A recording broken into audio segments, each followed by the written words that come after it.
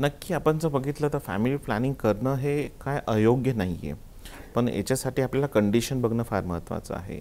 So already जर लग्न उशिरा झाला असेल तर त्या लग्न उशिरा झाल्यानंतर आपण अजून वेळ वाया घालणं योग्य नाही. जसं मी सांगितलं 20 ते 30 हा आयडियल फेज असतो आणि ऑलरेडी लग्न 35 झालं त्याच्यानंतर मी फॅमिली प्लॅनिंग आपण प्लॅन करतोय.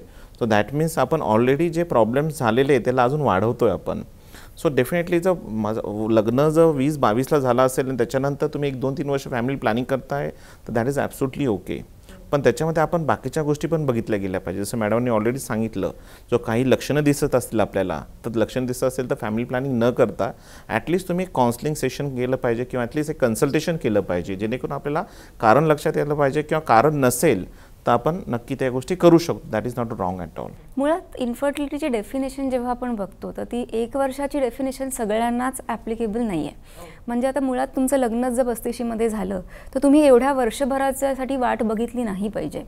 35च्या पुढे जर वय असेल तर 6 महिन्यात जर प्रेग्नन्सी कन्सीव्ह नाही झाली तर लगेच डॉक्टरांना अप्रोच केलं पाहिजे. अच्छा, तर ही एक महत्त्वाची गोष्ट आता मला वाटतं की डॉक्टर सोनालींनी आपल्याला सांगितलेली आहे. 35 हल्ली उशिराच लग्न होतात अनेकदा.